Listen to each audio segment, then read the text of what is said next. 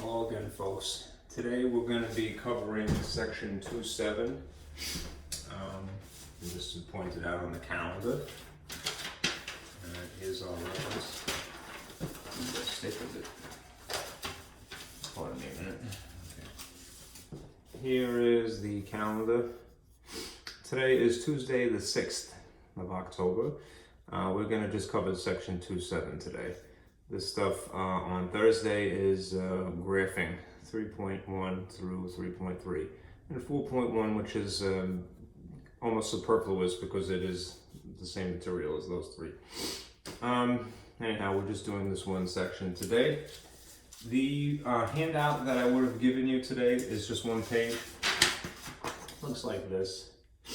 Really the most important information I would say on it is this little foot balloon up here. This is the more traditional way of graphing equations, or pardon me, inequalities in one dimension, which is just usually horizontal dimension. The stuff that you see down here, I'm going to go into very in depth because it's new material, right? It's a notation basically that we have to adapt to. Anyhow, you might print this just as a reference, especially for the old stuff. Okay. It might have been a while.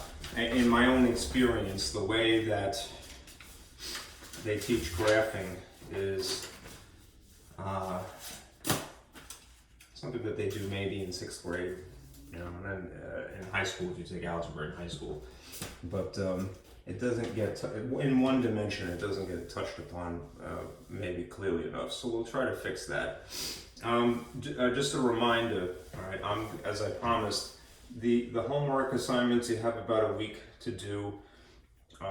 So today I'm going to record whatever you have for section 2.1 and 2.2. And on Wednesday, I believe that's how I scheduled it. What day was it? I'm gonna, you could work on section 2.5 and 2.6 up through Wednesday night. All right, so I'm gonna record that on Thursday. So you have a week per homework assignment, okay? Please don't skip them, whatever you do. That's the mainstay of the major chunk of your grade for the semester. If you remember from the syllabus, it's 50% of your grade. Why? Because that's where you learn more than me just talking at you. All right, I'm here to sort of give you some scaffolding, right? And I enjoy doing that. But the experience is more important. So don't skip your homework. All right, do try to do that. Fit it in a week's time. Okay. All right. This stuff, it should take less time, but we'll see. I'm getting breathy.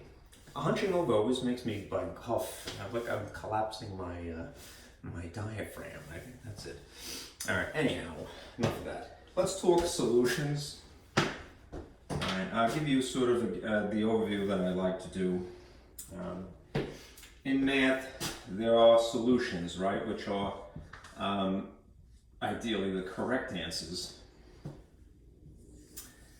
But how you present the solutions is very important. In the case of equations, this isn't fading out, and I'm just going to abbreviate equations, EQ, all right? We have this one symbol to work with, all right? And the nature of the solutions is that it's usually finite. Right? In fact, it is exclusively finite, I should say. Maybe one answer, that's usually the case, right? Maybe one or two solutions. It could be more than that, but it's limited is the point, all right? When we get into this newfangled stuff, inequalities, which I'll just abbreviate as INEQ, right? Inequalities. It just occurred to me, if you're familiar with comic book lore at all, there are humans and then there are inhumans, right? Which is a separate class of super character from, say, mutants, all right? At least if you're familiar with Marvel, all right? Anyhow, inequalities is a different, is an alternative to regular equalities, if you will. We just don't say it that way. We say equations, right? Anyhow, these are the inhumans, if you will. So they're kind of special, all right? You have a less than symbol as an alternative, a greater than symbol, or some combination of less or equal, or greater than or equal. You could use any one of these, all right, in place of an equal sign, all right? Now, in terms of the number of solutions, the interesting thing about these is that they are not finite, all right? They are infinite, all right? All right. I'd like to use this phrase, all right? They are a spectrum of answers. That's maybe not the most eloquent way of speaking, all right? But I think that gets at the heart of the matter, all right? What you see very often when you're dealing with inequalities is not even the pure mathematical symbols. What you see is a drawing, all right? They call it a graph, right? But it is. It's a picture, basically, to represent this spectrum of solutions from negative infinity into positive infinity, all right? And that's in the frame, all right? Bear that in mind, all right? Regular equation, very limited. It's finite. 1, 2 answers is usually the maximum. It can be something more than that, but it's limited. It's not infinite. When you have an inequality, though, you definitely have infinite solutions, even if the infinity is between numbers. So, like, for example, let's say you had 1 and you had 3, right? There may be an infinite number of solutions in between. We don't think of them that way, right? We think, oh, it's just 1, 2, and 3. But you don't forget, all right, there are the decimal numbers that exist in between the whole numbers, right? So it's quite vast, even if you're not counting up to, 100 or whatever. Okay. Let me give you one other little tidbit before we get to the example that I have. Whenever you are dealing with inequalities of either the linear type or the absolute value type, all right, there is one little correction that you have to account for, you have to make, I should say. If you multiply or divide by a negative coefficient, remember, coefficient is a fancy way of saying numbers sitting in front of a letter, all right? If you multiply or divide by a negative coefficient, right, you have to make a correction. Flip the inequality symbol. So in other words, if it was originally less, rotate it around so that it is greater. This may be in addition to some other corrections that you have made in the course of solving. All right, but, all right, that's fundamental, all right? This is something that absolutely has to happen 100% of the time, okay? The reason is, once you get a solution, if you don't make that little correction, you get a dud for an answer. You get something that is false, all right? I tend not to check my own work just because of the limited board space I have, and I know I'm setting a bad example, so I apologize. But when you get a solution and you're suspicious of it especially, all right, and there are telltale signs of when it could be suspicious, test it. Plug the number that you get or something that makes sense in relation to an inequality back into the original thing, the original inequality statement, and see if it makes sense. If it produces something that is patently false, then it could just be that that one little alteration was not accounted for. All right, so if you have a negative coefficient, that is a number sitting in front of a letter, and in order to solve algebraically, you have to do opposite operations. So you might multiply or divide by that, right, to manipulate. Make the correction of flipping the inequality symbol. Okay?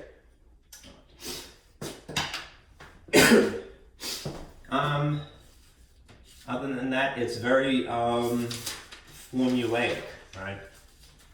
The procedures are consistent, right?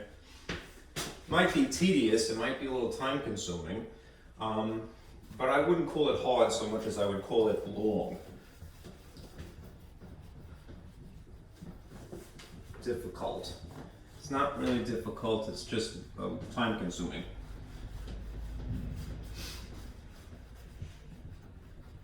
I think I might put the overhead light on. Alright. If that helps. Okay, here's an example to get your feet wet. 4 times 2x minus 1 is less than 7x plus 1.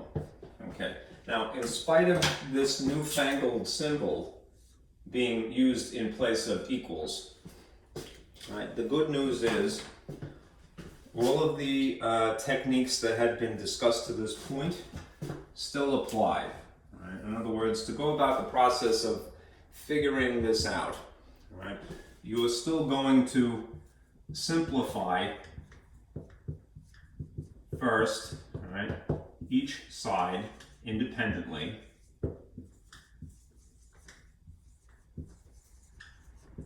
Which usually means you're going to apply the distributive property, or you might combine like terms. That is, you're going to add or subtract. And then, which is basically all of this is arithmetic, right? And then you are going to apply algebra, right? Which is to do opposite operations, right? And then make sure that you do it to both sides. Both sides of the inequality. Normally I would say both sides of equals, but it's not an equation, right? This process of distributive property, combining like terms, basically you follow the order of operations if necessary, is arithmetic. This is algebra. You always play the game of arithmetic before you play the game of algebra. All right, it's the foundational techniques. So if you examine this, one thing you'll notice, you have some gobbledygook here that is a little complicated. All right? So how could we simplify? Well, we could try to get rid of this parentheses, and the only way that we could do that, having analyzed the guts here, is that these are not like terms, so I can't add or subtract them. At least I could make the parentheses go away by distributing the 4 to the 2 contents here, which is multiplication really. 4 times 2 is 8x. 4 times 1 is negative 4. There's still this symbol here, and there's still this. All right, 7x plus 1. Now, once you've gotten it pretty much to that shape, all right, letter, plus or minus number, you know, equals or whatever have you. And then the same thing on the opposite side. You're good to go as far as algebra is concerned. So the next thing would be make a table perhaps just to save space. And decide for yourself, would you prefer to have letters on the right side or on the left side? It's strategic, right? And I would advise you to do this. Strategically, try to get it to a situation where it's letter equals number. That is to say, or the inequality symbol, that the letter is on the left side, right? That's going to be, the reason why it's strategic is it will be helpful to you if you purposely arrange the parts that way when you're drawing a graph, okay? It doesn't have to be that way, but you'll have to do more correcting in order to get through the process. So what I'm saying is, take this 7x and plop it over here, right? And take this negative 4 and put it over there. How so? Via opposite operations. So if you could assume that this is a positive, and it would be, to justify taking the whole chunk, that is the number and the letter, over to the opposite side, you do the opposite operation, which would be subtraction. And then strategically park it underneath the thing it most closely resembles. Right? something, even something mysterious minus itself, cancels out of existence, right? Which means that you would now just have to straighten this out. These are like terms, right? 8x and 7x. If you're adding or subtracting, and that's basically the process here, the rules of integers for adding and subtracting apply, which means that if you have one of each, you literally subtract, which means you'd be left with 1. You take the sign of the larger magnitude, which would be a positive, and this is an x. This 1 here is superfluous. You don't need to write it, but that is the intricate work, okay? Simultaneously, just for the sake of space. If you wanted to move this 4 from here to here, and you would need to do that now because I have decided that I want to put letters over here, therefore I have to put things without letters over there. So plus 4 plus 4. These cancel. This symbol is still as it is, and then you do same signs add. So you're going to get plus 5. All right. A more concise way of writing this is simply to say x is greater than positive 5. Okay? That is the spectrum of solutions. Right? And the key phrase there is the spectrum. Right? It's not one definitive answer, it's an infinity, all right, into one direction. All right. Now, save this. All right. The one vexing thing, perhaps, and it is ironic, right? We have been taught our whole lives, okay, if this is the strategy, and it still is, to get it to be letter equals number, then we're pretty much content with that, and we go, oh, well, then that's what the letter is, right?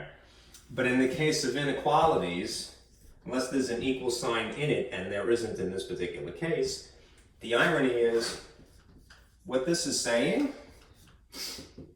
is that x is not 5, right? It's something, if it's oriented like so, something greater, all right? Well, what's greater than 5?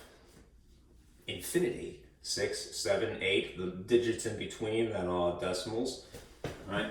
There's plenty of things. There's an infinity of things that are greater than 5. So it might seem, and you might get annoyed at that, or totally understand, but basically the benefit of having this digit here is that it tells you where to start looking. That's all that it gives you, right? In the case of greater or less, in this case it's greater. It tells you this is a reference that you're going to start looking, okay? All right. Now let me draw you a diagram to summarize.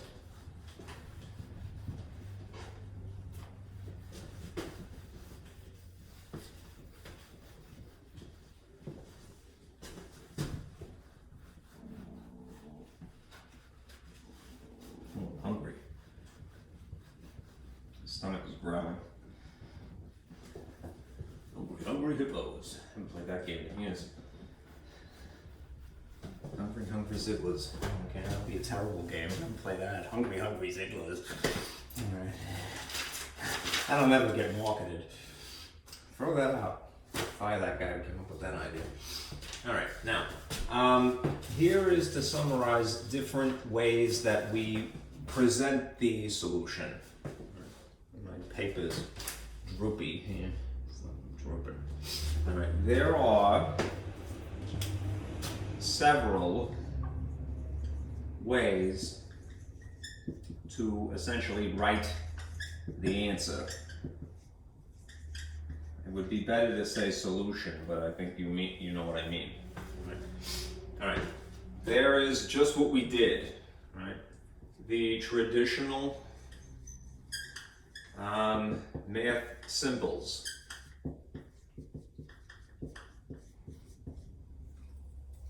And what is that? Well, it looks like this, right? It's x, that last problem, is something greater than positive 5. And you could opt to not write the positive, it would be assumed, but in this case I'm going to be extra anal retentive and I'm going to put that little positive there, just for the sake of clarity. All right, and it would be read x is greater than 5. That's pretty straightforward, right?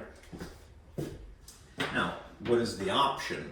The option is you could present the solution, the answer, you could write the answer as a drawing.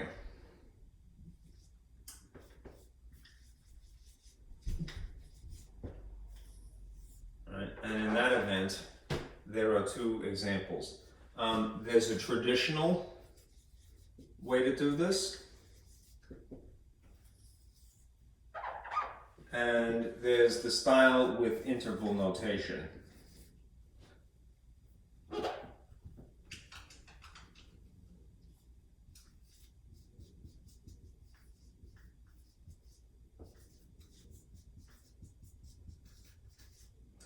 If when you're doing your homework, right, they ask you to present the answer in interval notation, that is something that I would do after I drew a picture. Interval notation is something that you could just do by yourself, but it's more or less a dumbed down version of the graph. So it helps to have drawn the graph to begin with.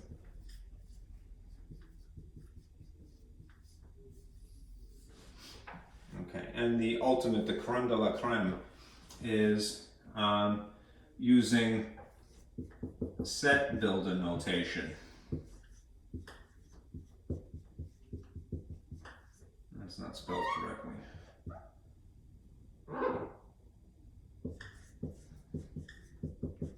Okay, this, which you're not really responsible for too often, does come up, so I will mention how to do it.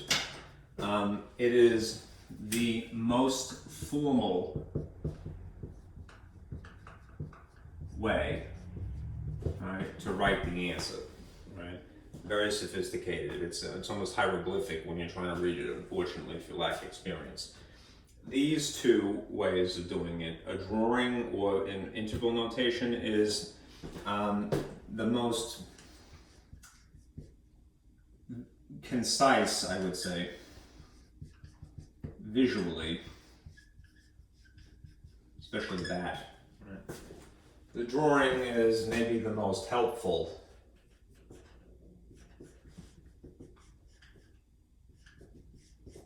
And this is the most normal, for lack of a nicer expression. Right? You're used to seeing things like this, right? But the drawings are there to help. Right? So let me walk you through drawing the example that we just solved for. X is greater than 5, right? Hear me now, you know. I don't know what you're supposed to make, right? Hear me now, listen to me later. All right. Less is more. When you draw a graph, right? Think back when you were a little kid, and they may have taught you to do this in maybe middle school, right? They would have said, "Here, draw a number line like this." All right, and then put a bunch of increments on it. All right, don't do that. All right, you're gonna drive yourself nuts. All right, less is more. Do draw a line like this with arrows pointing in opposite directions. The arrows indicate infinity. All right, meaning that this stretches this way longer than the picture. All right, and negative infinity this way. All right. What is exactly in between, the great in-betweener? 0. I would include these three symbols, right? Then I would include the number that is unique to the problem. So if we just solved this inequality and we got 5, just put 5 on the picture. You don't have to put the things before it or after it, all right? Just put it in relation to 0, all right? That's why 0 is important, because it separates the negatives from the positives. Where would 5 logically be in relation to 0? On the right side or on the left side? If this is positive infinity and this is negative infinity. Roughly there, right? So just write a little 5 there, okay? Now, if you were going to do this in the traditional way, here's that graph again. That handout I mentioned with the thought balloon. Right? if you were going to graph an equation, x equals 2, you would signify this algebraic expression, this algebraic equation, on a graph, that is, as a picture visually, by putting a dot at the location of 2, right? When you get into inequalities, though, remember what I said. There's no equal sign in that particular problem at all. So it's ironically saying the answer is not 5. It's something bigger than 5. So instead of using a dot, historically what you would use is a hole. So I'm going to put a hole here rather than a filled in dot. Right? That hole is just saying, look here, this is where you start looking. This is a reference point. Right? Now, we have to do one other thing for inequalities. We don't just leave the hole. We draw an arrow going one way or the other. This is why I say it would be strategic, right, to arrange for your solution to have the letter here,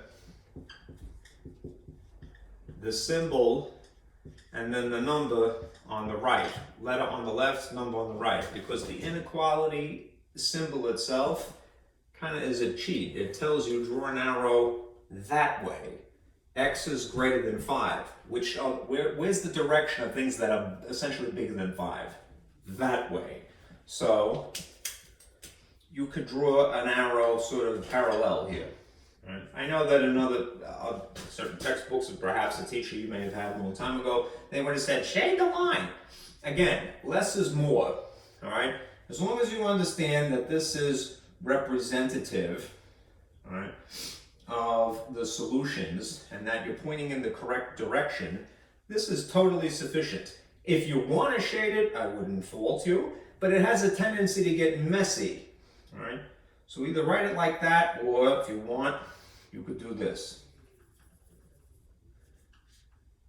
Put an arrow pointed in that direction. This means the same thing.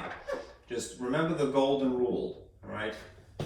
Less is more, all right? And neatness helps, all right? There's a second rule there, if you will, all right? Especially when it comes to math. When you're doing your calculations, it's easy to make a mistake innocently when your handwriting is sloppy. That doesn't mean you shouldn't write things. It means that you should take more care when you do something. Part of the difficulty for humans in doing math, it's not that they are incapable, it's that they have sloppy handwriting. So although I don't want to be too critical, I just want to encourage you. Take the time to be precise, all right? It's important, okay? Now, this is fine to have it that way. X is greater than 5, everybody understands that. But this is a summary of that information. This is using math symbols purely. This is drawing a picture to go, it's a spectrum, it goes that way. Maybe it's not so satisfying because it's kind of stubby, but if you wanted to, you could adjust it, right? This is to get you started, right? Now, if you went one step further, right, which is to write using interval notation, what you're going to do is adapt the system of drawing holes or dots, all right, with these alternatives, all right? All right. If you notice on the rest of this graph here that these graphs do not have holes or dots. What they have are brackets, or they have these sort of parentheses. Here's what they mean.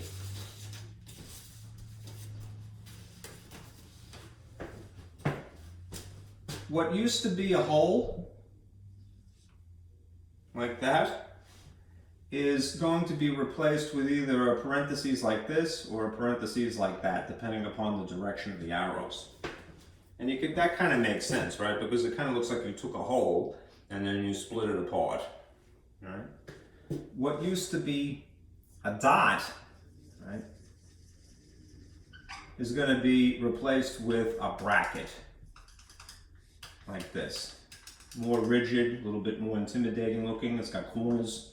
It's threatening math, right? Doesn't have to be. Think about what these represent. A hole, right, means not included in the solutions, whereas a dot means yes, definitely included. Okay. This is just a reference. That is a reference, but it is simultaneously a solution. And the brackets are just the alternative of this. So associate these concepts, right, for when you're using interval notation. How would that affect this line? Well, if I drew it a little bit nicer, all right, I'll put the 0 over here now, and I'll put the 5 here. That's a terrible 5, all right? And I'll put infinity this way. What I'm going to opt for in place of this whole is just a parentheses, like this, which is just touching the increment of 5, all right? And then I'm going to draw this shaded arrow coming out of it, like that. Okay? This means this means this. All right. One more step. All right. Well, two technically. I'll show you set builder notation. When you are writing something purely in interval notation, you are taking this drawing and you are dumbing it down to the absolute bare essential. Right. The bare essential. All right, what does that mean? It means you're getting rid of the line. All right. You're only going to include the endpoints here. This 5 and this infinity symbol are the only pieces of information you need besides the parentheses. So you're gonna, it kind of looks like a coordinate, but it looks like this. It's 5 comma infinity, right? These two things represent a lower boundary of the spectrum and an upper boundary. Hopefully this is not too squat. You can see it.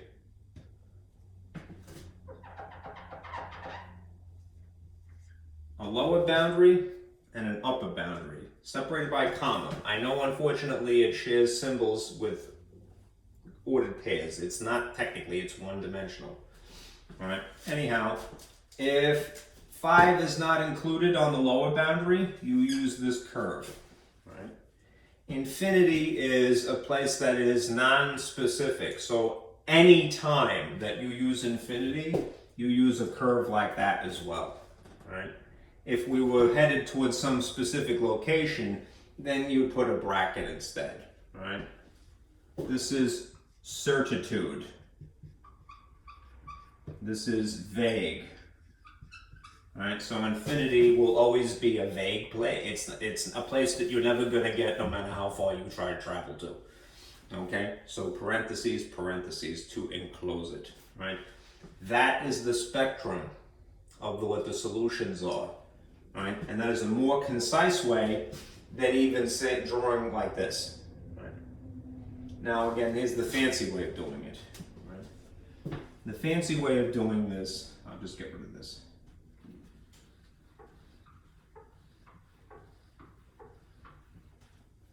Is to use set builder notation, which is why I put these fancy braces. So what you would see in this particular example is you'd see fancy brace, and then this line, and then another fancy brace.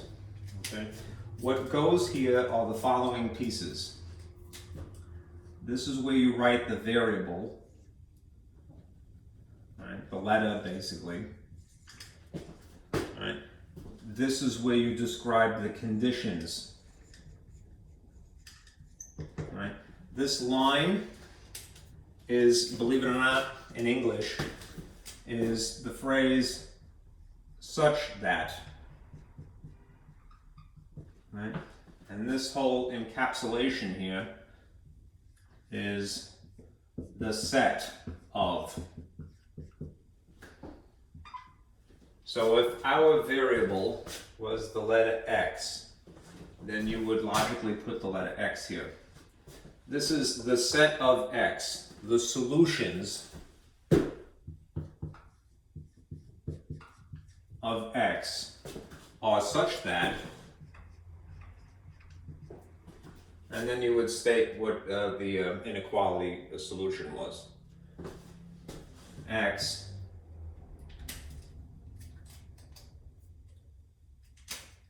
is greater than 5.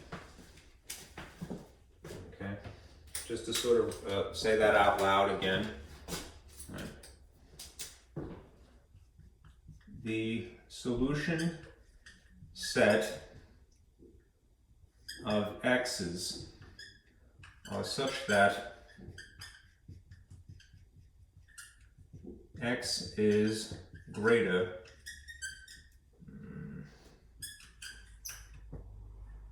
than 5. There's some derivative of that is how you would read it. Some people would say the set of all real solutions. But to me it's just as concise, and it makes more sense to a person. To say real is, again, very, very formal. The solution set of real x's, you could say alternatively, all real solutions of x are such that x is greater than 5. Right? It's a bit verbose. Anyhow, that is the fanciest, pinky in the air, sipping tea, good etiquette way of writing a solution. More likely, you are going to have to do something this way, which is an adaptation of a picture. And the picture itself is an adaptation of what is more or less normal to us. Okay? So. Less is more when you're graphing, remember that. Okay. We'll do a couple of these.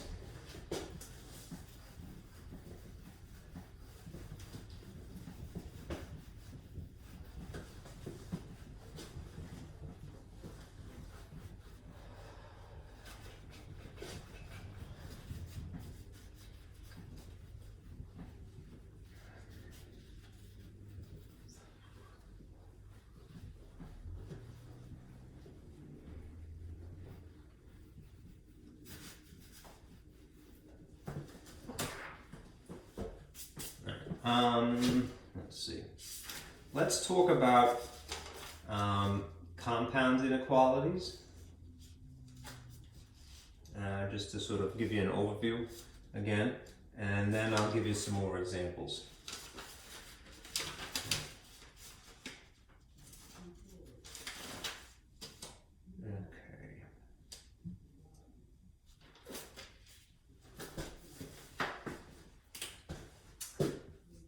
Compound inequalities.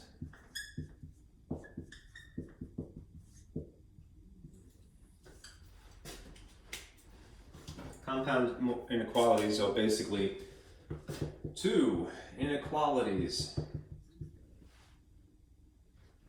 united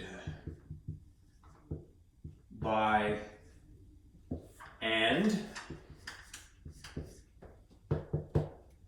well, the word or, and I'll put this in a different color.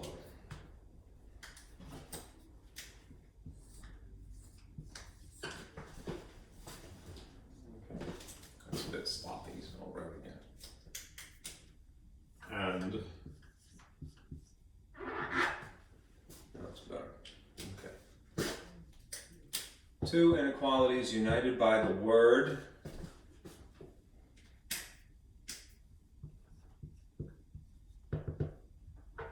and or or. Okay.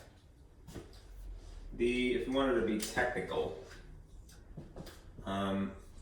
these have a technical name. These are called conjunctive compound inequalities. Right? And these are called disjunctive. Okay. What I want you to do is to associate the word and with this shape, which is not to be confused. It is usually the other thing that they talk about at the same time. I don't want to say opposite, so that isn't necessarily correct, but it's the other thing. You've probably seen this shape, which stands for union. All right. Whereas this horseshoe, all right, stands for intersection. Anytime henceforth that you see this shape, or you see this word, and, right, as part of a compound inequality, remember intersection. Basically, that's about overlap. We want overlap, ideally. When it comes to unions, it's whatever is possible, anything possible. Could overlap, maybe not. All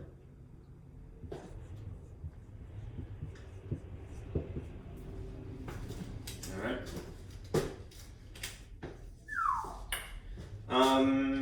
Here's some of the interesting features. All right. These, the and type. I hope that this is visible. I do like green, but it never writes. These can appear, it's a little faint. They can appear as doubled up.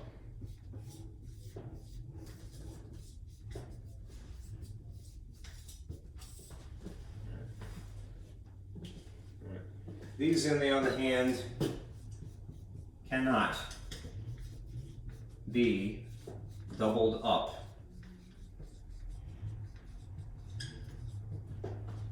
Can't, right? Can.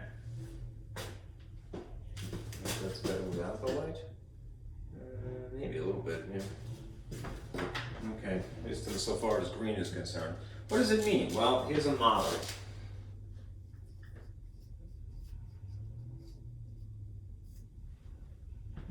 If you saw some inequality symbols, and then in between them, geez, it sounds like my neighbor's having a drape race. An X in between, and then whatever they are equated with, so vaguely, A and then B. This is doubled up. You have two inequality symbols in relation to this one lone variable here. I know that these are letters, but that's the actual variable. There is an alternative way to writing this, right? You can write this instead like so, but you have to use the word and. All right. Let me do this really faintly. This is one inequality, and you might write it here in relation to the word and this is the other inequality. And you would put it here in relation to and. So you might have this. You'd have X, and then you would have A. And then be careful of this. When you're orienting it, again, I would strategically write it so that it's letter, the symbol, and then whatever the number is. Usually A isn't any number. I know that this is backwards, the one that is oriented here, but notice what the point is. The point is facing the A. So if you were to rephrase this from the perspective of X, you would have to make sure the point is still facing A. That's not for any other reason but for the ability to read it from this context. All right? It's kind of like, you could talk about the same thing but not using the same words, and I don't even mean different languages. I mean just sticking with English. Like you could say to somebody, I'm not going out. Without using the words, that implies that you're doing what? That you're staying in, all right? Well, when you sort of rewrite something from the perspective of the variable rather than from the perspective of the number, that's really what you're doing. You're talking about the exact same situation here. You're just doing it from a different perspective. All right? This one is a little bit more straightforward because, all right, here you see that it is X, there's the symbol as it was, the point is still facing the letter. x, and then there's this b here. B. Okay? So, if you're dealing with and, they can appear this way if you like, or you could use the word and. Sometimes it's more practical to have them separated like so. Sometimes it's more practical to have them written doubled up like that.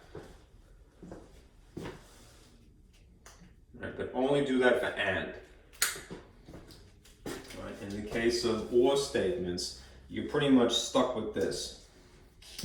You would have x or x and maybe something like this, a less than, and then a less than, and then whatever unique outcome there is here and here. Okay, because these cannot be doubled up. Okay. All right. Now again, ideally,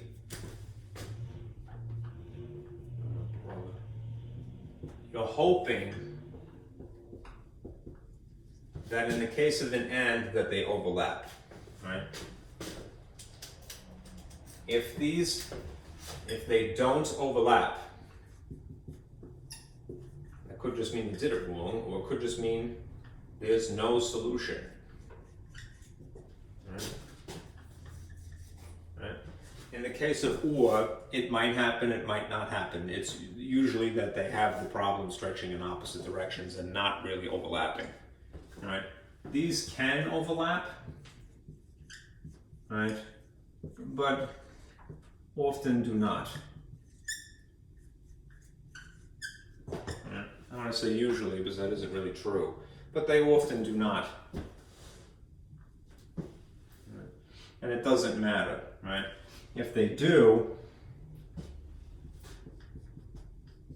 if they overlap, that means a special case. That means all real solutions, right? That Gatsby R, right? All real solutions are possible, right? If that happens, if these or statements overlap.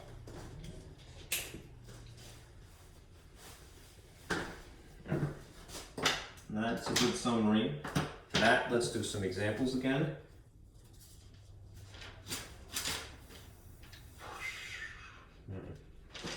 Yeah, why does anyone care that you have this situation? Because it affects the drawing.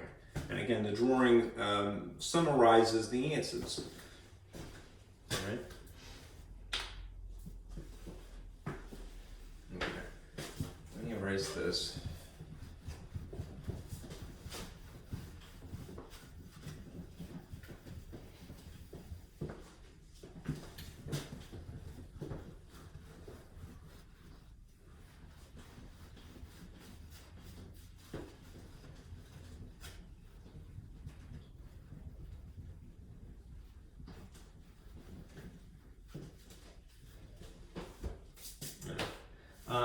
The strategy, I'm just going to put a little short balloon over here.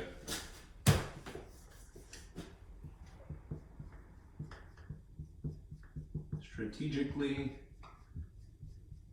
try to do this. To arrange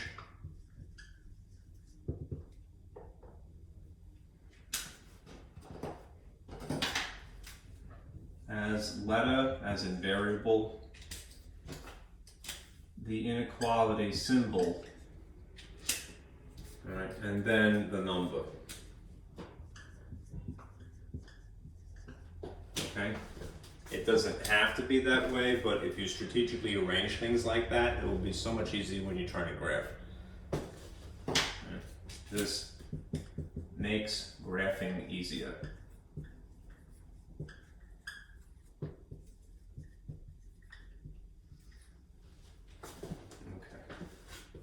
Here's an example.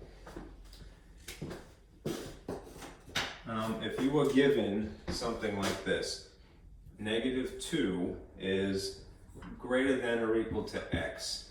Perhaps you went through some problem and this is what you ended up with, right? What you would do if you had to graph this, is try to look at it from the opposite perspective. Write it like that, right, as opposed to the number in front, right? And you could fix it. This is not for any of the reason except that it makes it easier to draw pictures, all right? The point is facing the letter. So if you rewrite this from the perspective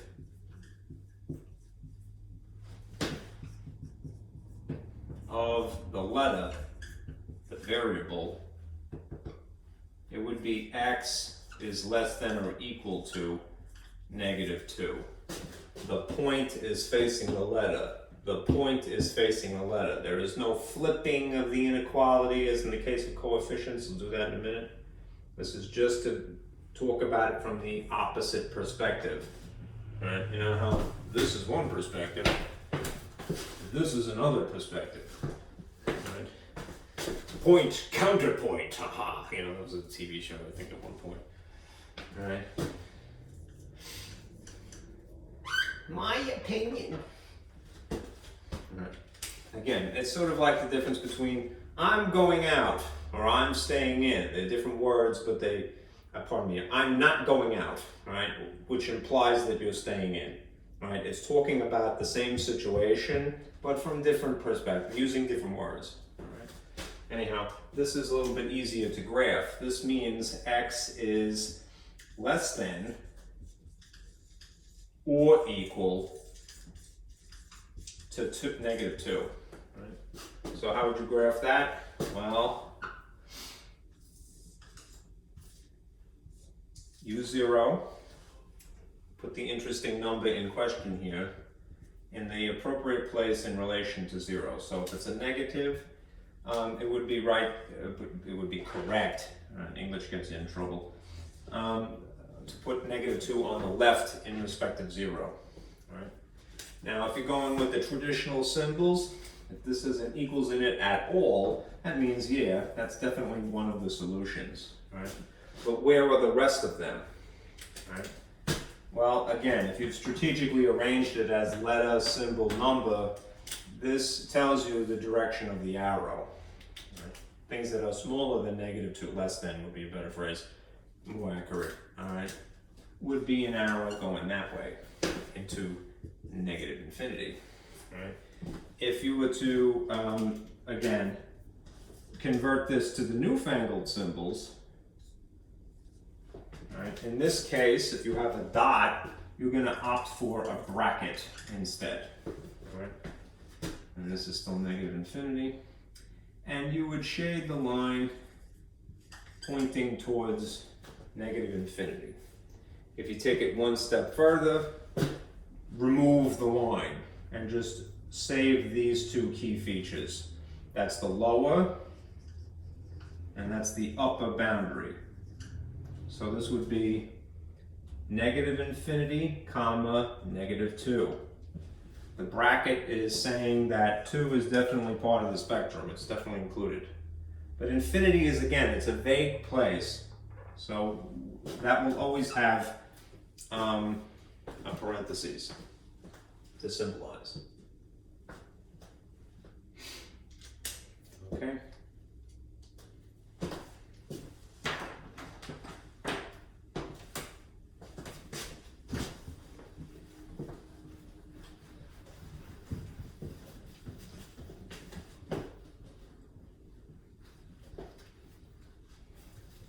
Here's one of those situations where you do have to make the correction because of to make the solutions true.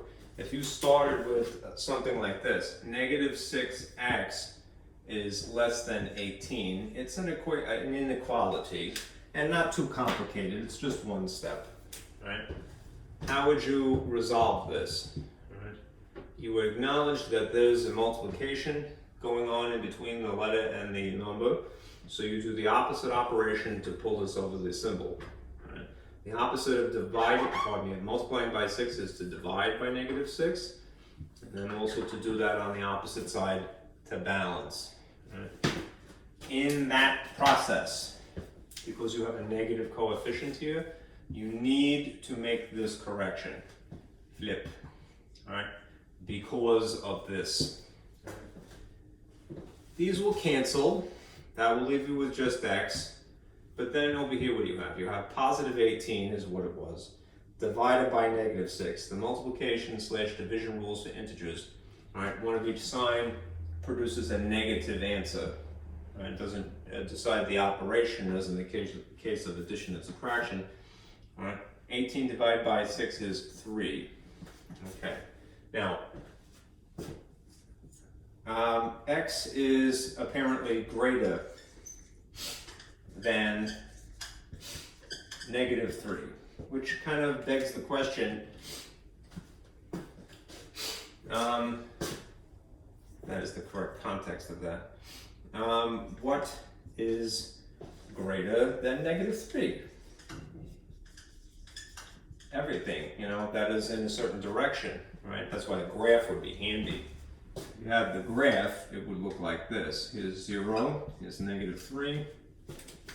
There would be a hole in this case, and there would be a line stretching that way, right? That would be the same as if you did it this way.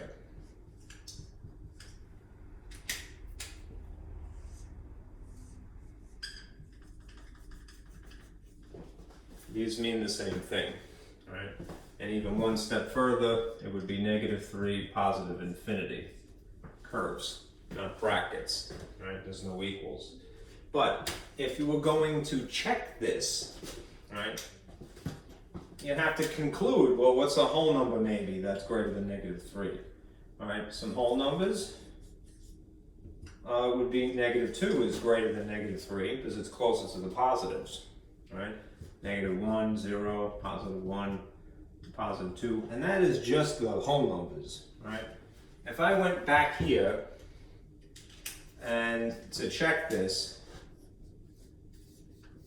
and inserted negative 2, say, it's perfectly fine, right? Here is negative 6, and I'll substitute negative 2 in here. Let's see if this makes sense. What is negative 6 times negative 2? Positive 12. Is this true? Is the outcome of positive 12 less than positive 18? It is, right? That's true. If I did not make that correction here, we would get a bogus answer then. Right? Here's what would hypothetically happen, right?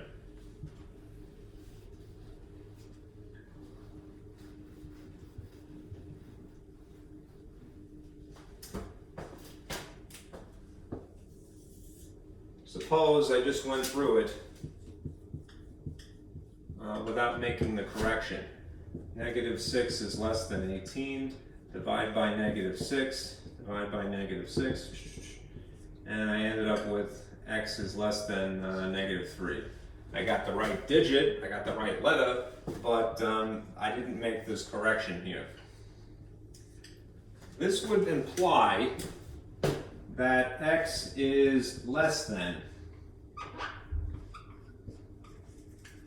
negative 3, which again would make you wonder what is less than negative 3 though. Right. Of the whole numbers, at least, there's plenty of things, right? It would be, here's a number line. Here's 0, here's negative 3. Right? You'd have a curve and an arrow like that, headed towards negative infinity. Negative 4 is an example. So if I checked,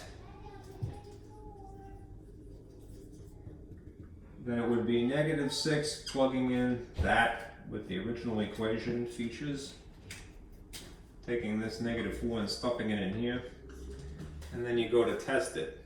What is negative 6 times negative 4?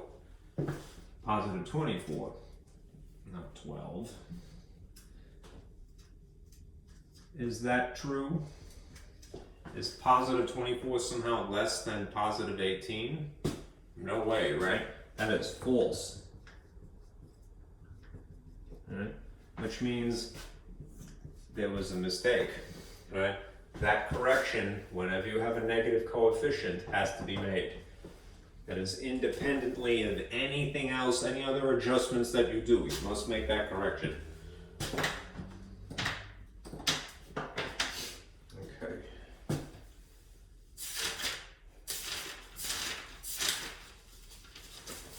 And within time, an hour in, good. All right.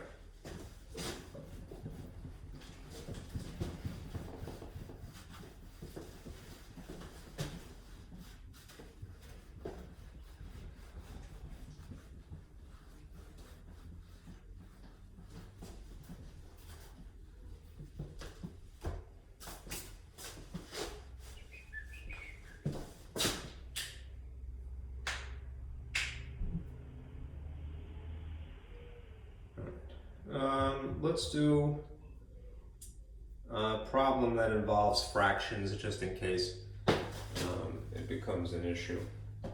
Sometimes you get a problem that's a little daunting, but don't be intimidated.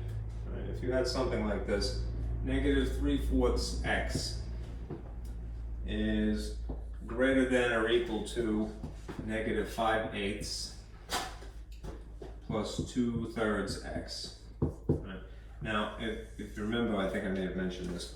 If not, it was to the other class. What you could do if you want, all right, is you could, as an option,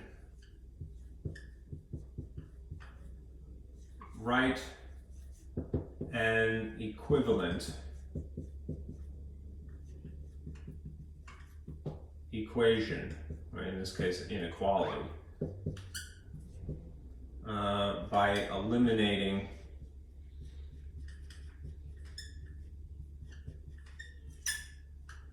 the denominators. All right, and basically the process of doing that is to figure out what the LCD is and then multiply it. And you would take the inequality and you would multiply all the contents by the LCD. Right? In the process, it would eliminate the denominators. Otherwise, you can do this brute force.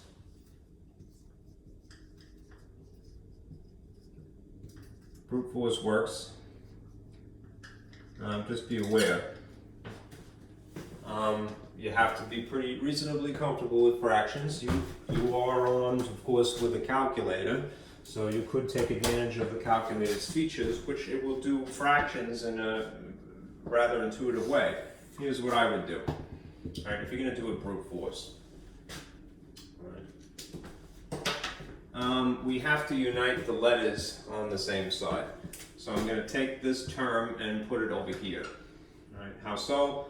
Opposite operations, the opposite of adding is subtracting. So if it's 2/3 x minus 2/3 x, strategically write it over here to balance. All right. Something, even something mysterious, minus itself, cancels out of existence. That leaves this. 5/8, that's still there. This is still the same orientation. Now we need to combine these. These are like terms.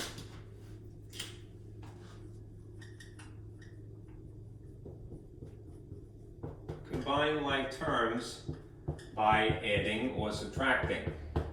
And you decide what to do based upon the combination here. Right? If they're the same signs, you have to add, right? Meaning they'll get bigger. But before you even do that, you have to get an equivalent fraction that has a common denominator. What's the common denominator? The lowest common denominator, ideally, of 4 and 3. 12. Right? What is it times 3 that gives you 12? 4. What's 4 times the 2 that's there? 8, and you make it negative because the minus was here. 8/12 is 2/3 in a different style. What is it times 4 that gives you 12? the other number 3. So whatever you do to the bottom, do to the top. Right? 3 times 3 is -9. Okay, and having done that, you combine these and you get so many 12ths with an x attached to it. Same signs, add them. A negative plus a negative is a bigger negative. That's -17. Okay. When you are trying now to move this coefficient from here to here, a couple of different things have to happen. Number one, you have a negative, so this is going to flip to the opposing orientation. Has to happen in order to make the answers, the solutions that you check, true. When you multiply, or when you divide by a fraction, and you would have to do that in this case, you multiply by its reciprocal. What that means is that you're going to multiply by 12 over 17, still the same sign. And if you did that here, you have to do that here. Okay. This is automatically going to become positive because you purposely are using the same sign, it becomes positive. And a reciprocal, that is a fraction, times its reciprocal, always equals 1. So you're just left with x. This is oriented like that because of the negative. And we have to straighten this out, right? You could brute force do the top times the top and the bottom times the bottom, but it would be more strategic to simplify first before you multiply. 8 and 12 are made of a GCF. You use the GCF, right? This involves an LCD, the lowest common denominator, which is the LCM of 3 and 4, right, respectively. The GCF of 8 and 12 is 4, so you can simplify before you multiply. What's 8 divided by 4? 2. What's 12 divided by 4? 3. What is -5 times -3? Positive 15.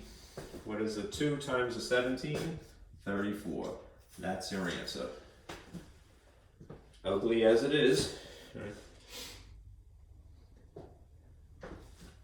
And if you graphed it in any incarnation of this, it's positive, so it would be sitting on this side.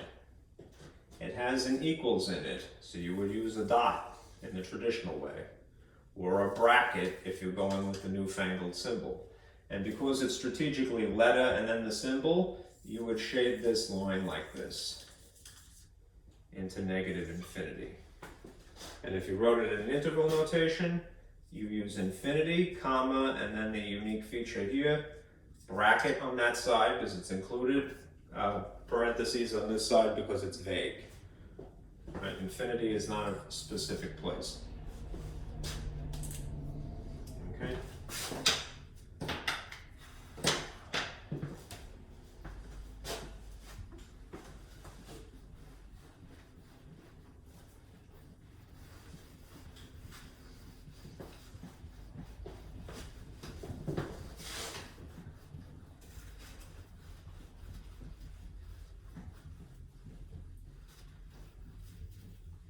I'm gonna get a sip of water right back.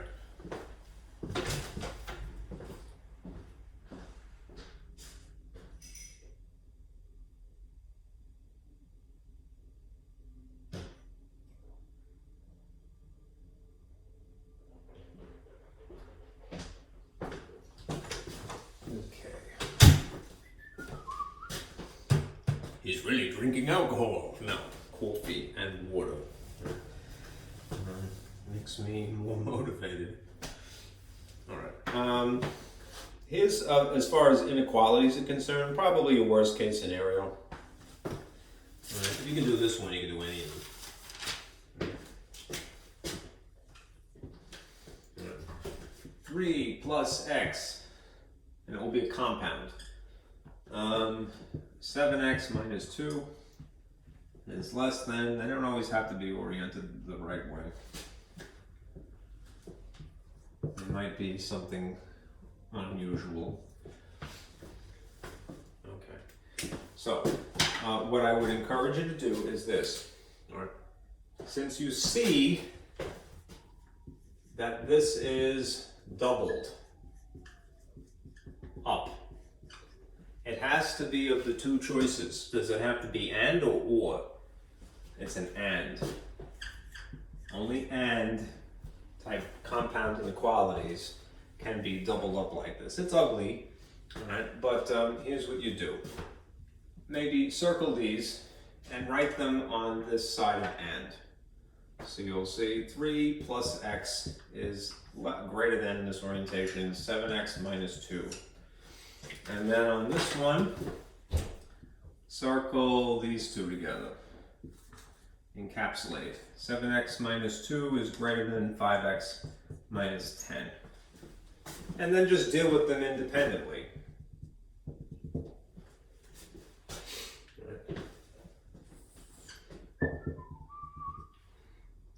Again, I'm going to, you don't have to do it this way, but I'm going to strategically move the things with letters to the left because I know it's easier to grab.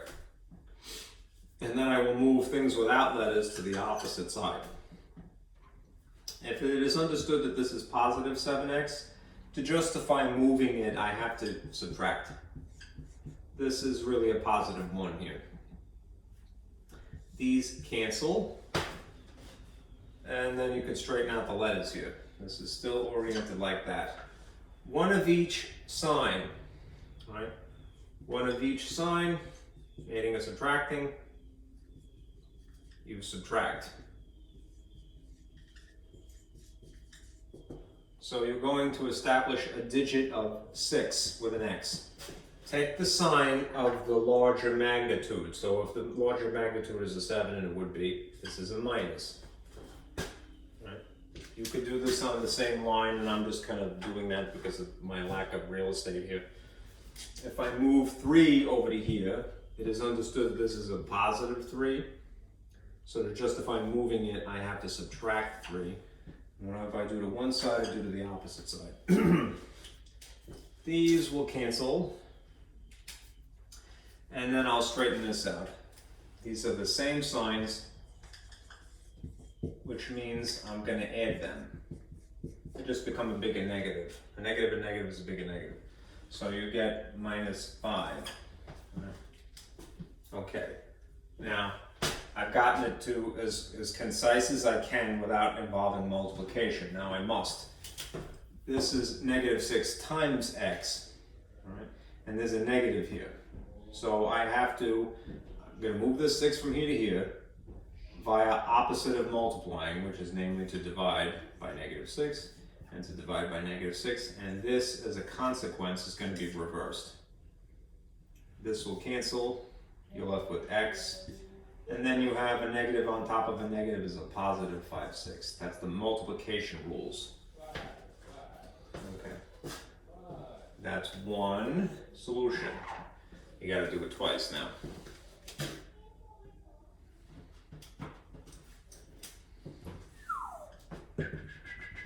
Again, strategically, maybe bring the letters over to the left. This is a positive, so you're going to justify moving it by subtraction. These would cancel. Okay. This is still oriented like that for right now. 7, positive 7 minus 5 is 2x. If you were dealing with the 2, which you should bring over there now, opposite of subtracting 2, adding 2, adding 2. These 2's cancel.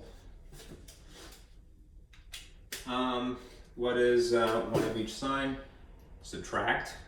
You establish a numeral of 8, and you take the sign of the larger one, which is a negative. Okay. Now, this is a positive 2, so we're going to maintain that orientation. When I divide here, nothing changes. This is x greater than This is -8 and +2, so it's -4. That's the other one, and that's that one. Okay, now here's where it gets interesting. All right, this is the algebraic process of solving a compound inequality.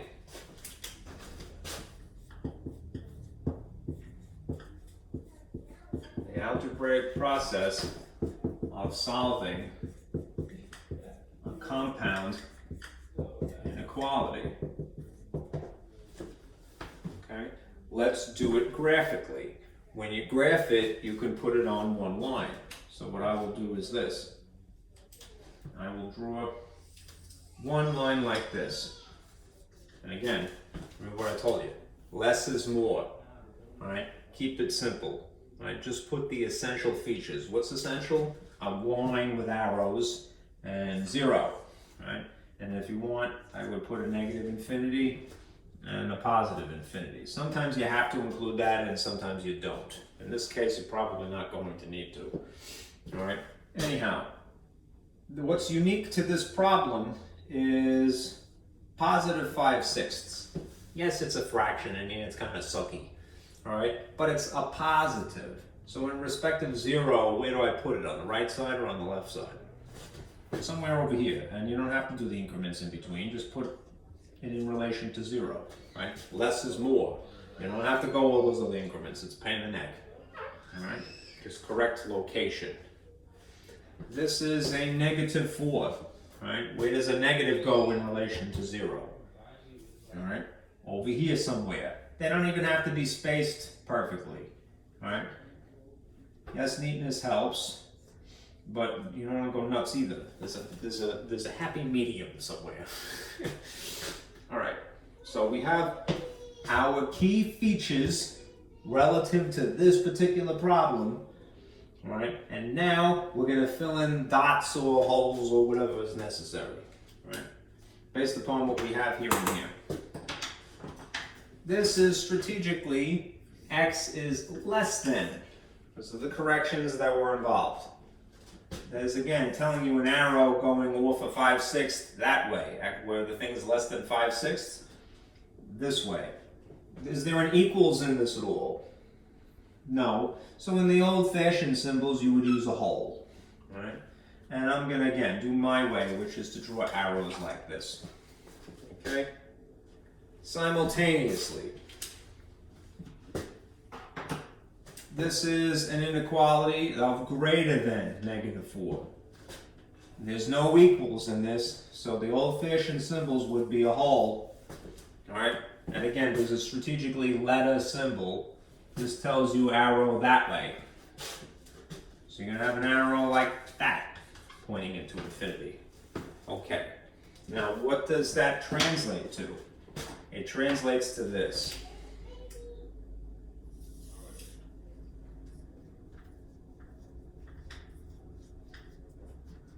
The AND situation is the overlap. What you're hoping will happen did happen. You had two things on opposite sides that are headed towards each other. They overlap as a consequence. So here's the dumbed down version of this. All right? Here's -4. Here's 5/6.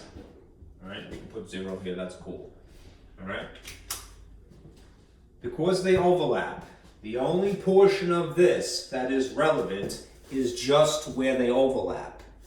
We want just the overlap for an AND problem. That's basically the space in between here and nothing else. So what you really end up having to do is to erase a lot. I'm just going to draw that here. I'm going to put a hole, and I'm going to fill in this void here. Right? If you want to go dumbed down even further, it's this drawing, -4 and 5/6, and use the newfangled symbols. What do we use instead of holes now? A hole broken apart, parentheses.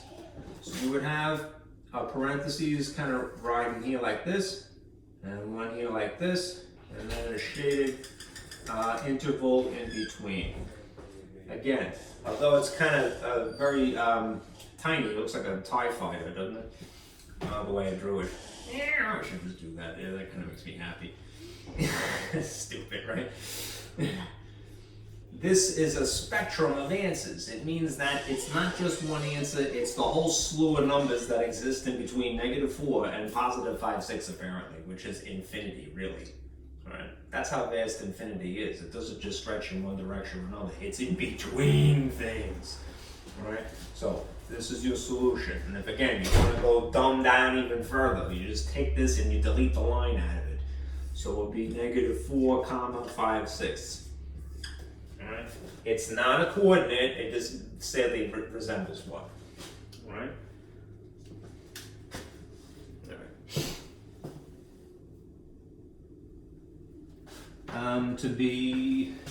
To show you what the very fancy schmancy way of writing the answer would be, the set builder notation, here's what you would see for set builder.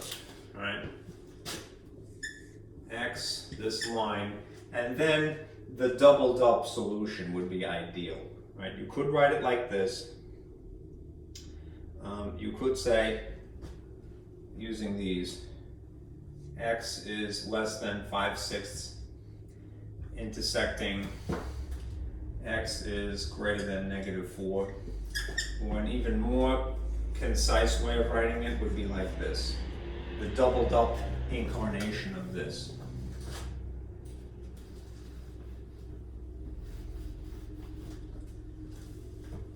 Okay. X in the middle. Point. This point is facing x, and the positive 5/6 would be here.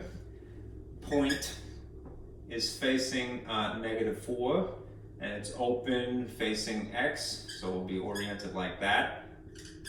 Right? And you can have it like this. The set of all solutions for x are such that these conditions must be met. And x is essentially what this is saying, and it's kind of the advantage of having it doubled up, that x is in between this boundary and that boundary. Okay.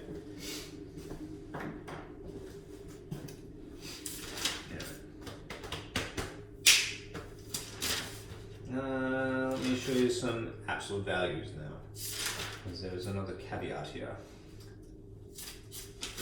Only on time, an hour and 22 minutes.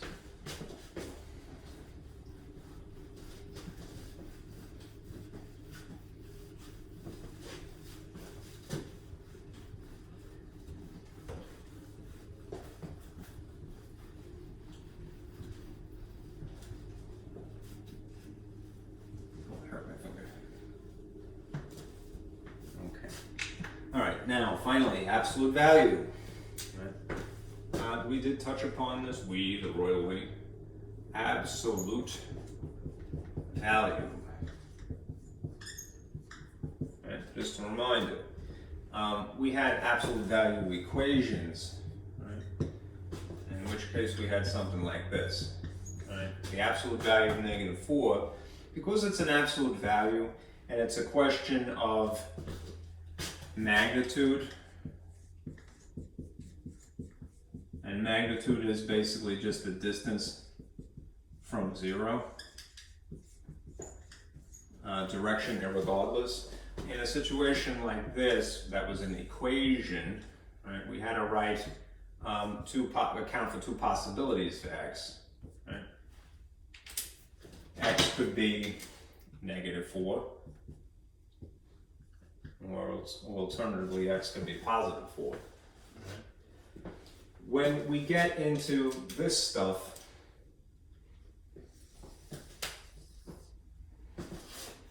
absolute value inequalities, we have to be a little extra careful.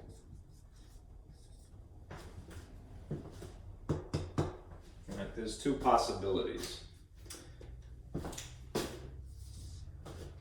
If you end up with something like this,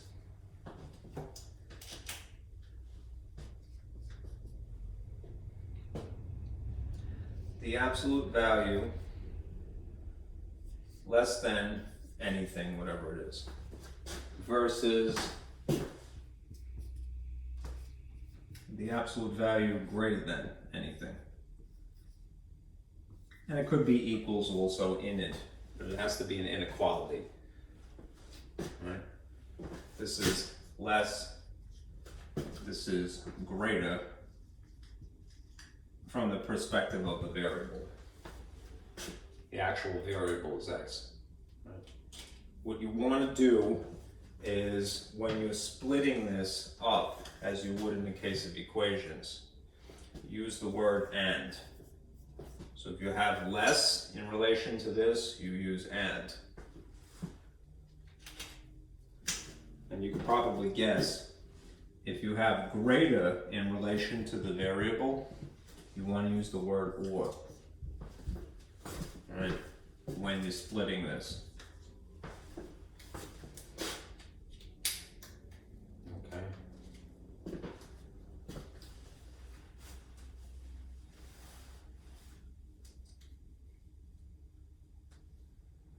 Okay. So, just to complete this thought here, what you would have is an x variable and an x variable. Because, remember, one of these is going to be negative, what's going to kind of come into play here as well is that correction that we had done when we divided or multiplied by a negative. So, I would just do this first. Write this junk that you see here pretty much as it is, just minus this absolute value lines. So you're going to see x, this as it was oriented, and then this, whatever number it is over here, or expression. Right? Just duplicate. Right? Right? Over here, you're going to make the correction for the situation in which you had a negative. This is the correction. Okay? Notice that, all right? This symbol reversed because in this case we're figuring in that there might have been a negative involved here. All right? The same situation will occur here. All right? Start out, all right, you can use the word or, granted, but start out just duplicating the junk that you see here, just without the lines. X greater than whatever b is, it's the positive incarnation of this. And then this side will be x, this reversed, and then the minus incarnation of this.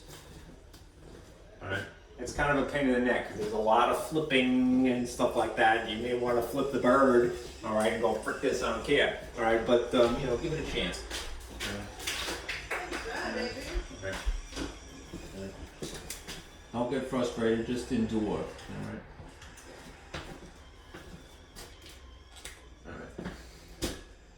Alright. Here's a little bit of strategy too. This overview is very useful. I'm going to get rid of this and just kind of give you some little pointer here above. Right. Remember, if you have an and, right, you could orient it like this when you're done. Negative, okay?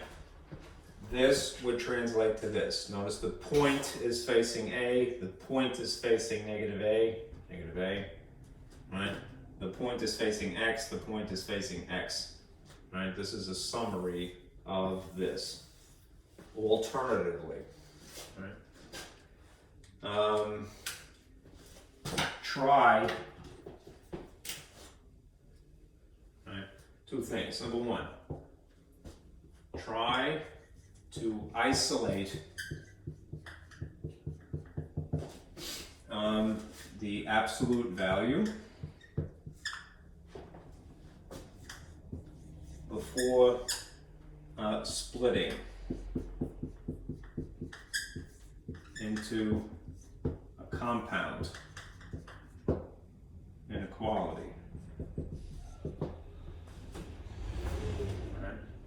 That's one thing that you really must do, right? And another thing that's good strategy, try to get it so that the variable or the letter, whichever you like to say. I like to say letter.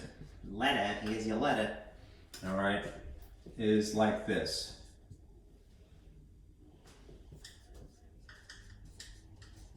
Okay, letter on the left, the actual letter, and the number or whatever the expression is here on the right.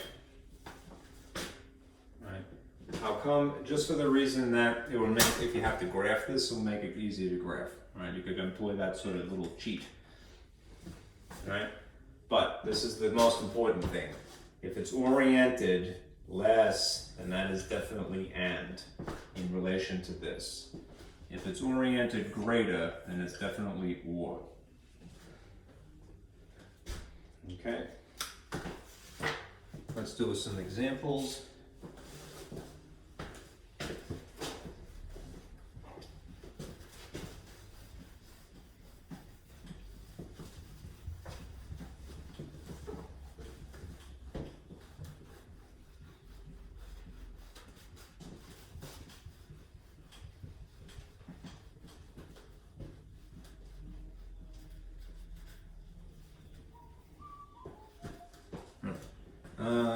Let's see.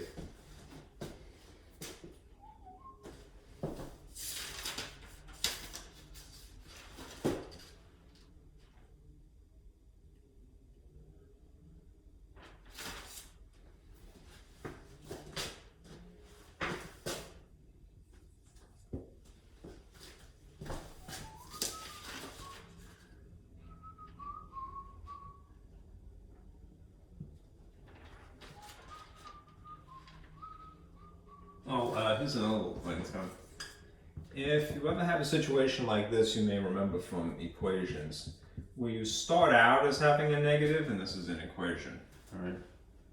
Right? Don't bother, right? No solution, right? An absolute value cannot, like when we make our correction, we dismiss these lines, all right? If it starts out as a negative, an absolute value is never going to return a negative. It only returns a magnitude, which would technically be a positive, but only for the coincidence of it. All right.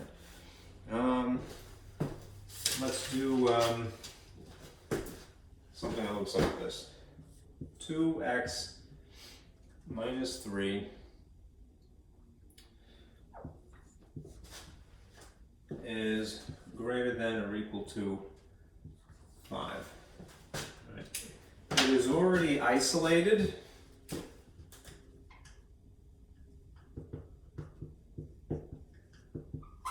So we could split it.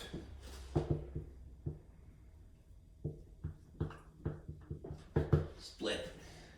Okay. Now, here's the variable in the absolute value lines. What is the orientation of this? It's greater, so this is going to be an or type of problem. All right. And now what we're going to do is basically replicate this here and here with slight alterations and almost exactly a duplicate. So I'm going to start with the duplicate. So you're going to have 2x, just without the absolute value lines. Unchanged, duplicated, you know. Then almost exactly the same with slight alterations, right? If it was oriented as greater, we're going to make this less than or equal to, and we're going to account for that by putting a negative here. All right. Now you're good to go. Right. Go through the process. Right.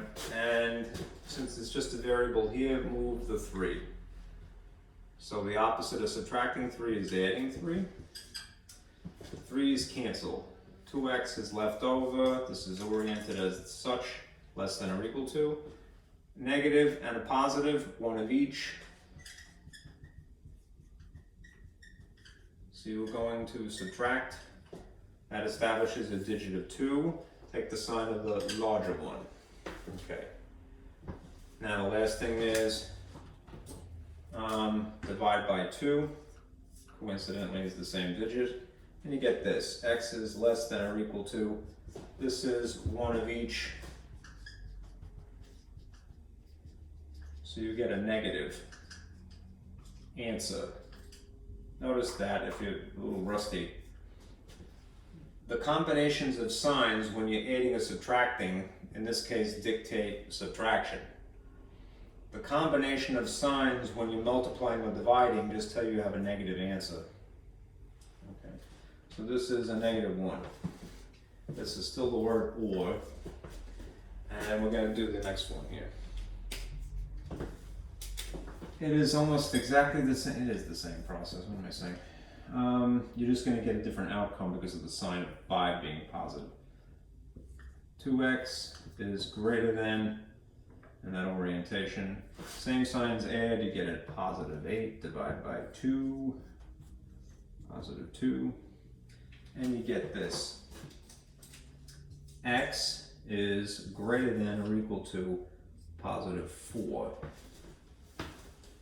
Okay. Now, what you want to do is draw them on the same line, and you could start separate lines, but they're a compound inequality. It ends up being a compound inequality because it came from an absolute value. And absolute values normally break up into 2 equations.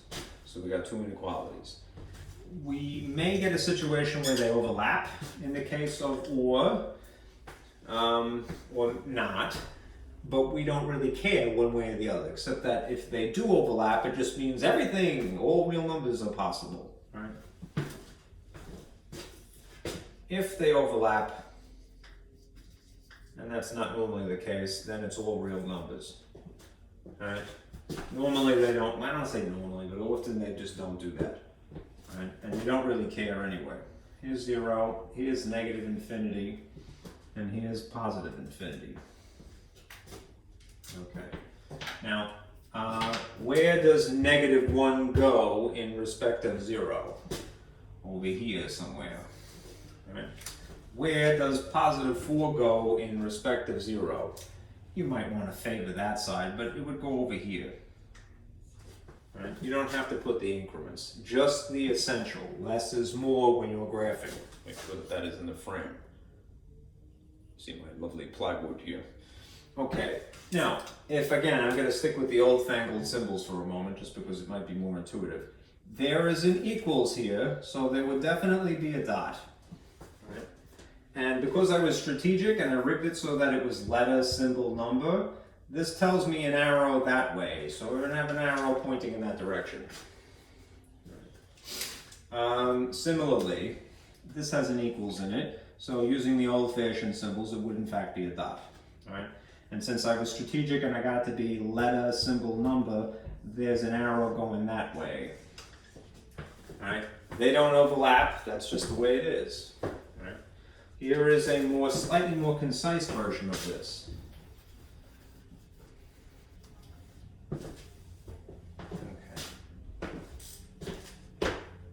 If you took this graph and just trimmed it down to the essentials of -1 and +4, and I guess the infinities would be appropriate in this case because of the nature of the arrows. What do we use instead of a dot to represent inclusion? We use a bracket like this. And there would be a shaded line headed off in this direction. And the same thing here.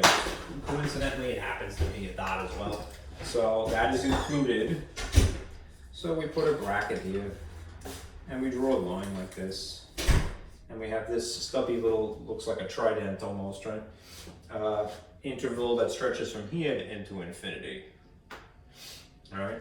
But you know what's interesting about this problem, and the ors, I will say, they tend to be like this. There's a huge gap in between them, right? Which is why of the 2 symbols, the horseshoe or the U, you're more likely to see use of the union U. Let me just erase this to show you something interesting. If you were going to write this firstly in interval notation, remember, interval notation is basically the graph trimmed even further, no line, all right? There happens to be two intervals here. Where, if the question of this is, if you're trying to solve an inequality, and the question is, what are the x's, right? The x's exist in a spectrum that is red here. And then there's suddenly a gap where they don't exist. And then they pick up suddenly, like quantum leap, you know? And then they exist over here, headed in this direction. So there's an interval of solutions, a big gap where they don't exist, and then a second interval. In interval notation, right, you would write it like this: negative infinity and negative 1. Right. Let's see.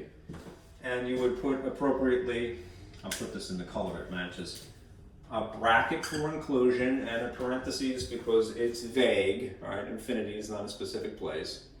And then for the blue one, right, the lower boundary would be here, positive 4, comma, and then positive infinity. And again, I'll use the color that I was going with, right? Which is that there's an equal, so there's a bracket, and then there's a curve here because it's infinity. In this respect, it can't be confused for coordinate ordered pairs. It really isn't. Anyway, right? What do you put in here? All right. Well, or is a situation where you want anything that is possible. You don't care if it overlaps. You just want to know anything that is possible. What is anything that is possible? The union of these two things.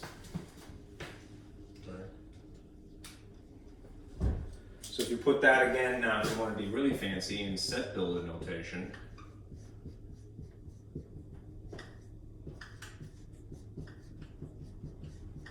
it would go like this. You'd say, all right, fancy prices. It's like you took the answers and you mounted them to a plaque and went, behold, they were right. Ah, holy math. All right. X is the variable such that. This is the variable that you solve for, such that, and then you describe the conditions. It would just basically be this replicated. All right. Or probably more likely, I erased it a little bit, but let's see. Less than or equal to. So you'll see this. X less than or equal to negative 1. You could either say or we could use the union symbol. And then you see this. X is greater than or equal to 4. And then you close this. All right. This is interval notation describing the solutions. This is set builder notation describing the solutions. This is the graphical way. And this is maybe the more intuitive way. And this is the algebraic way. All right.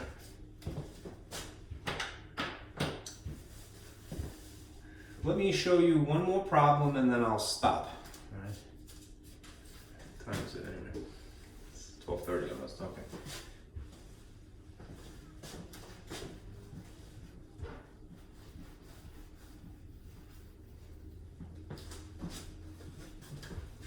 That was kind of a goofy, I didn't like the question, quite frankly, because to me it seemed like it really wasn't illustrating too much.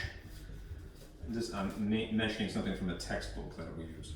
I'm like, why did they do that? All right. I want to show you this problem, the guts of this first. All right. Let's see. Suppose you had this. Something really ugly and complicated. I shouldn't say it's too bad, but plus 3 is less than 0. This is something where it doesn't start isolated. Isolate first, right? Then split. Okay. How do you isolate this? Well, you move the coefficient and the constant to the opposite side. That is, you want to get the absolute value by itself, usually on the left. It doesn't have to be on the left, but it would be strategic. So I'm going to do this. I'm going to start by moving the constant because that's what we normally do, right? When we are solving regular ordinary equations, we add and subtract first, right? So I'm going to subtract 3, and I'm going to subtract 3, and then I end up with this. Negative 1/2, absolute value of 4x minus 5 is oriented less than negative 3 is the outcome here. Okay. Now we have a fraction here.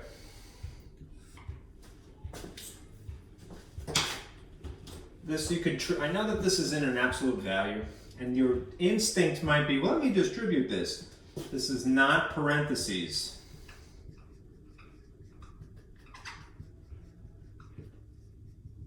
Right, so do not distribute. All right, what you have to do is pretend that this is a letter entirely, and this is its coefficient. So if we're going to justify taking this and now plopping this on the opposite side, we are going to multiply by the reciprocal. Why? Because when you divide a fraction, and that would be the opposite of multiplying to start with, you multiply by its reciprocal. That's the result. So, the reciprocal of negative 1/2 is negative 2/1. It doesn't change the sign. If you did that here, because of algebra is this balancing act, you must do the same thing here. You could drop the 1 if you want. The result of multiplying a fraction times its reciprocal is that there's a cancellation effect. Now leaves you and my neighbor's kids are cute. They're playing outside. 4x minus 5 is less than, and then you do the multiplication here. Again, if it's 2 at this point, you could just get rid of 1. So what's negative 3 times negative 2? Positive 6. There is one thing I, dopey me, forgot to do. What happens when you have a negative and there's an inequality involved here? Right?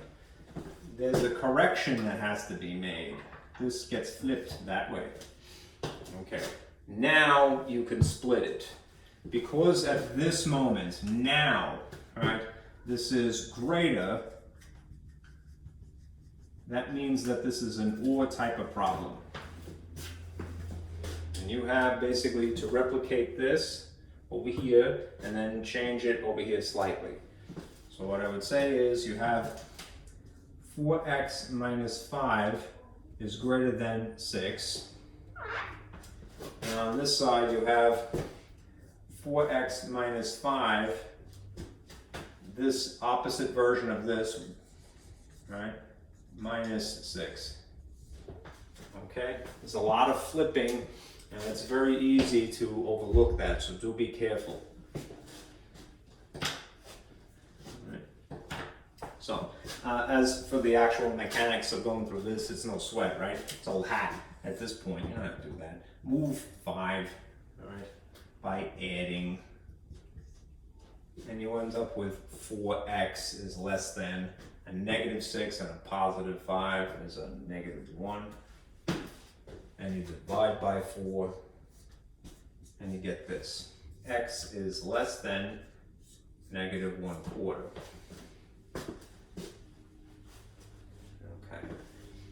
On this side here, all right, it's the same mechanical process here. Plus, but you have positive 6 and positive 5. So what you end up with is an improper fraction. 11/4. X is greater than 11/4. Don't be distressed. I think the tendency is for us to go, hey, improper fractions. When I was in 3rd grade or whatever, maybe 4th or 5th grade, I got yelled at a lot and someone said, hey buddy, Don't leave it like that. All right, 11 over 4. Why? All right, because when you speak to another person, let's suppose you went to Home Depot and you said you wanted a certain size of nail or whatever, right?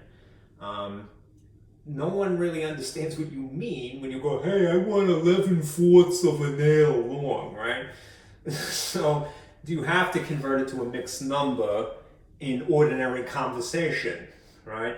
But in math world, the happiest place on earth, all right, believe it or not, improper fractions are preferred. So you're gonna leave it like that. What is it really? It's 2 3/4, right? Because it would be 4 goes into this up to the amount of 8. All right, so that's whole 2 4s, all right? And then there's a difference of 11 and 8 is 3/4, so 2.75, all right? If you like that, you could write it that way. Same with a quarter. This is 0.25. Think of money, right? Fractions are our friend in math, especially if you have to plug any of this stuff in. Okay? So that's the process, right? Now, you know what? Let me just show you something.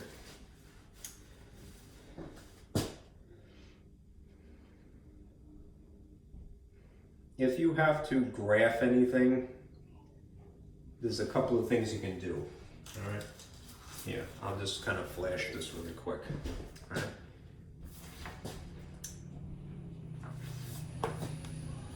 If you want to graph something with your calculator, you could use the y equals button. If you press the math button, all right, you could scroll to where it says num and then go down the list where you see n/d.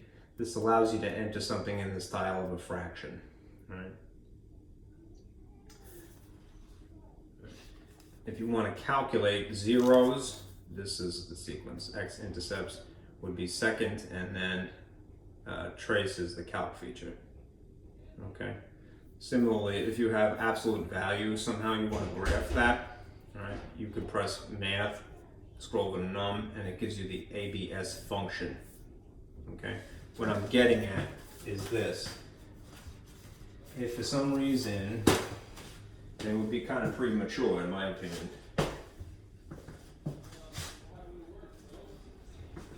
If you had to graph this, and I don't really think it's appropriate to do that. I feel it's very, premature.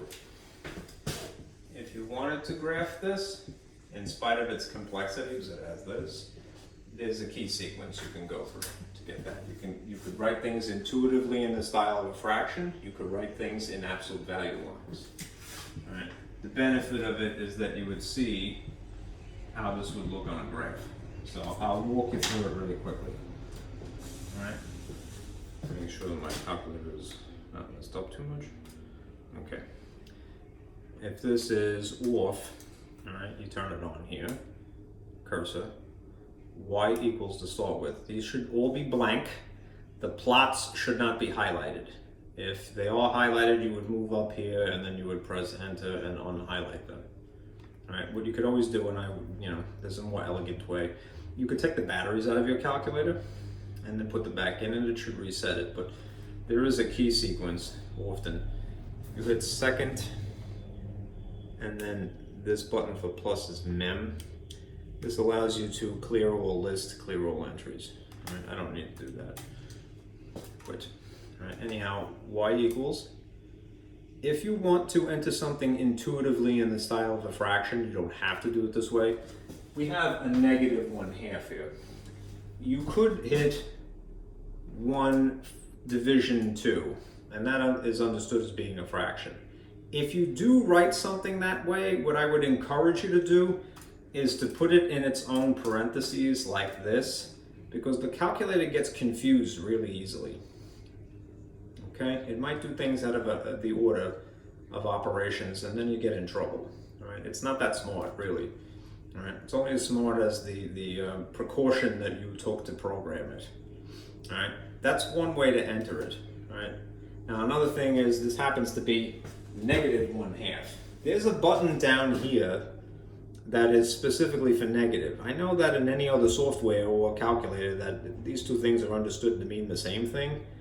But in the case of the Texas Instrument, in spite of its sophistication, it doesn't grasp that. I don't know why. So if I'm going to put negative 1/2, notice that this is a smaller size than that, and it's a slightly different level. Looks like it's a little bit superscript. All right, make sure, there's my delete. Make sure that you have this as the negative for 1/2. All right, now I'm going to do this a slightly more elegant way. I'm going to write this in the style that is more intuitively a fraction.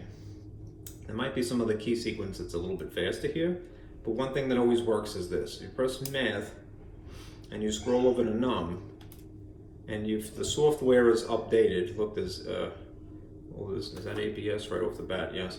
I'm going to come back for that. If you go down this list, there's n/d. If you select that, it very intuitively has a top, a line, and a bottom. So you don't have to put a parentheses. You could just scroll through it, and there you have negative 1/2. All right, now for the absolute value, that would incorporate this. All right. Again, same sequence. Hit the math button, scroll over to num, choose ABS, that's a function. And look what shows up, intuitively the lines. So you're gonna hit 4, and then you don't have to go hunting for X. There's a button that's preset for that. This one where you see X tau theta n. It won't engage any of those other symbols. It's preset to be right out of the box to be X. All right, if you really would have to go out of your way to change that. All right. Minus, so I'm gonna go with subtract over here, and then 5. And I'm just gonna scroll out, and that has that expression on the inside. Then there's this leftover plus 3. Okay, so you're gonna hit plus, and then you're gonna hit 3. Now, just to get out of trouble, I'm gonna go up here and delete this. I don't want that. All right. Assuming that the calculator has not been messed with too much, the next thing would just be to hit graph, and you'll see how it draws. All right. If it requires you to adjust this somehow, the picture, sometimes that happens. These are the two features, window and zoom. Think of this as being the manual transmission is window, the automatic transmission is zoom. Usually zoom is what people go with. I'm just gonna hit graph. You will see that an absolute value makes the V shape, all right, which is not to be confused with inequality, with parabolas, right, quadratics, okay? It is flat sides and it comes to a point. The reason that it's an upside down V is because there was a negative coefficient in the front, okay? And that's it. All right, so what you want to do is finish section 2.5 and 2.6 by Wednesday evening. Today is Tuesday. All right. This is homework from last time. All right.